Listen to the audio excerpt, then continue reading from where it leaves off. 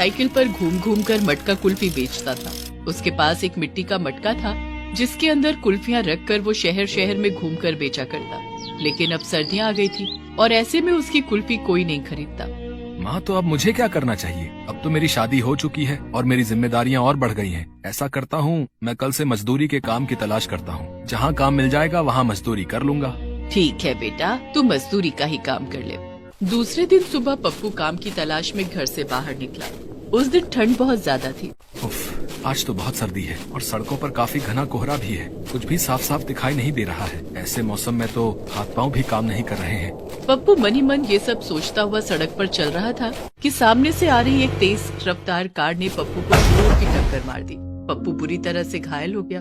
Car का मालिक एक भला आदमी था। उसने अपनी गाड़ी रोकी और पप्पू के पास गया। हे भगवान, क्या हो गया? इतने घने कोहरे में मुझे साफ साफ कुछ दिखाई भी नहीं दे रहा था और ये हादसा हो गया। बेचारा बहुत गरीब लगता है। इसके सिर और पैर से बहुत खून बह रहा है। इसे जल्दी से अस्पताल लेकर जाना होगा। पप्पू बेहोश हो चुका था। कार के मालिक त्रिभुवन ने पप्पू को उठाकर अपनी गाड़ी में बिठाया और उसे अस्पताल ले गया, जहाँ डॉक्टर ने पप्पू का चेकअप किया। इसके दाहिने पैर की हड्डी फ्रैक्चर हो गई है। प्लास्टर करना पड़ेगा। पप्पू को अब तक होश आ चुका था। हे भगवान, अब मैं मजदूरी का काम कैसे करूँगा? घबराओ मत दोस्त, तुम्हारी इस हालत का जिम्मेदार मैं हूँ। मैं तुम्हारे पूरी तरह से ठीक हो जाने तक तुम्हारा और तुम्हारे परिवार का ख्याल रखूंगा। नहीं नहीं, उसकी कोई जरूरत नहीं है। हम कोई न कोई इंतजाम कर लेंगे। त्रिभुवन ने पप्पू के पैर में प्लास्टर करवा दिया और उसे दवाइयाँ भी दिला दी।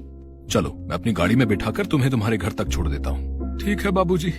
त्रिभुवन जब पप्पू को लेकर उसके घर पहुंचा तो पप्पू की हालत देखकर कौशल्या और प्रीति दोनों रोने लगे। हाय राम, ये क्या हो गया? अब घर का खर्चा कैसे चलेगा? कमाने वाला तो काम करने की हालत में ही नहीं है। माँ जी, मुझे माफ कर दीजिए। ये सब मेरी वजह से हुआ है। मैं आप लोगों की कुछ मदद करना चाहता हूँ। त्रिभुवन ने अपने पॉकेट से निकालकर 5,000 रुपए कौशल्या के हाथ में रख दिए।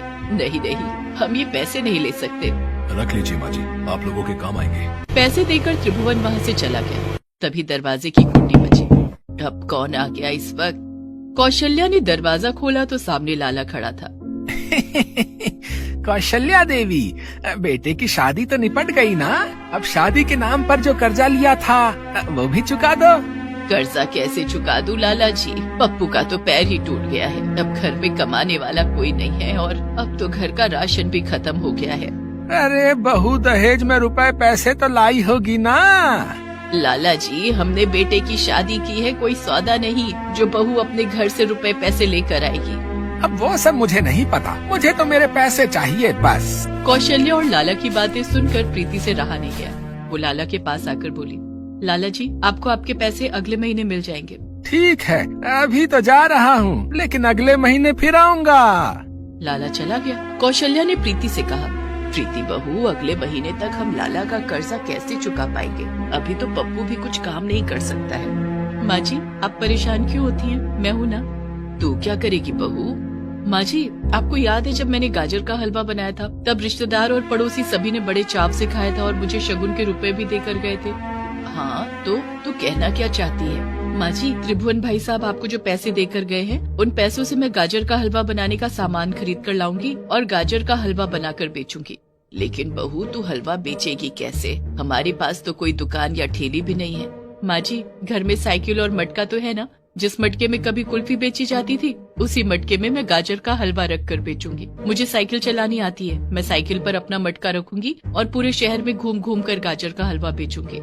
लेकिन प्रीति, इतनी ठंड में तुम साइकिल कैसे चला पाओगी? तुम्हें बहुत मेहनत करनी पड़ेगी। बाहर बहुत घना कोहरा होता है। साइकिल चलाते समय तुम्हें बहुत ध्यान रखना पड़ेगा। जब सर पर जिम्मेदारियाँ आती हैं तो ठंड और बारिश कुछ भी नहीं बिगाड़ पाती। और अब तो ये घर मेरा भी है। इस घर के खर्चे उठाने की जिम्मेदारी सिर्फ आपकी नहीं, मेरी भी है।